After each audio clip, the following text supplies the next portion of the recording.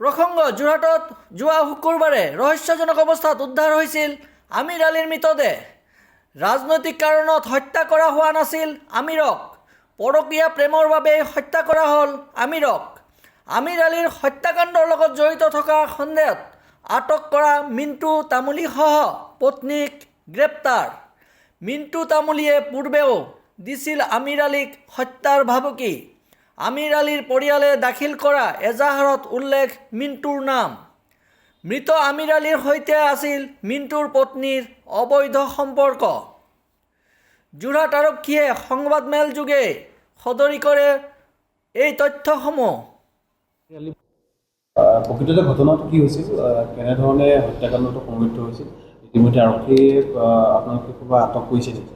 Okay, প্ৰথমতে মই এইটো ক'ব বিচাৰোঁ যে এই ঘটনাটোত আছামৰ কাৰেণ্ট পলিটিকেল চিটুৱেশ্যনৰ লগত একো কানেকশ্যন নাই। So' this does not have any connection with the political situation currently. ঘটনাটো এনেকৈ হ'ল, আজি ৰাতি 9টা বজাত ইনফৰমেশ্যন এটা আহে যে ভোগদৈ আউটপোষ্টৰ অন্তৰ্গত ককিলামুখ এৰিয়াত আমিৰ আলী বুলি এজনৰ প্ৰথমতে ইনজৰ্ড কণ্ডিশ্যনত, বহুত বেছিকৈ ইনজৰ্ড আছিল, তেওঁক পৰি থকা পাইছিলে লোকেল পাব্লিকখিনিয়ে। তাৰপিছত লগালগ তেওঁক হস্পিটেললৈকে প্ৰেৰণ কৰা হ'ল। অন দ্য ৱে তেওঁ হস্পিটেলত যাওঁতে ঢুকালে। চ' আমাৰ প্ৰিলিমিনাৰী যোনখিনি এনকুৱাৰী গৈ পেলাই আমি মানুহখিনি সোধ-পোছ কৰোঁ, তেতিয়া গম পাওঁ আমিৰ আলী বোলাজনৰ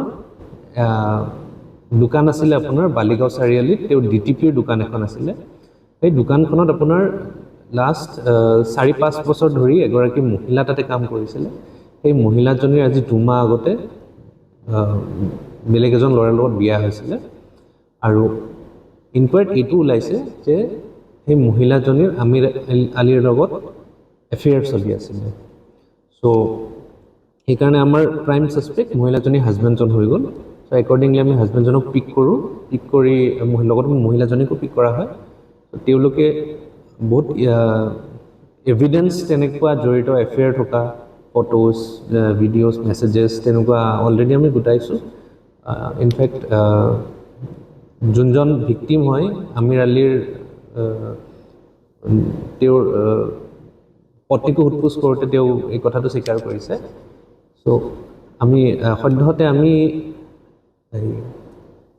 যোনগৰাকী লেডি আছিলে তেওঁক আৰু তেওঁৰ হাজবেণ্ডক এৰেষ্ট কৰা হৈছে আৰু কেছ এটা ৰেজিষ্টাৰ কৰা হৈছে Jorhat police station case number 104/26 under section 61(2/103)(1) BNS।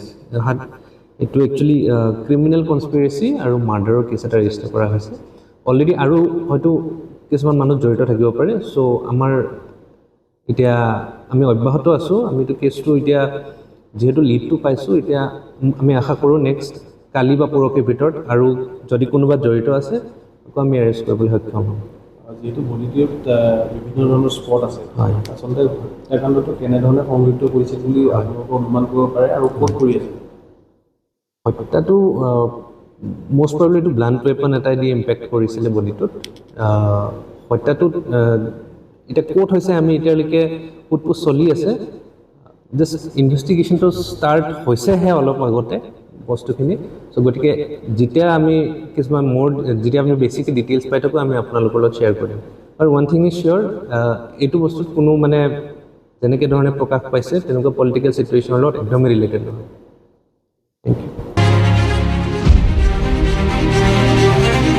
Bureau report, Maya news.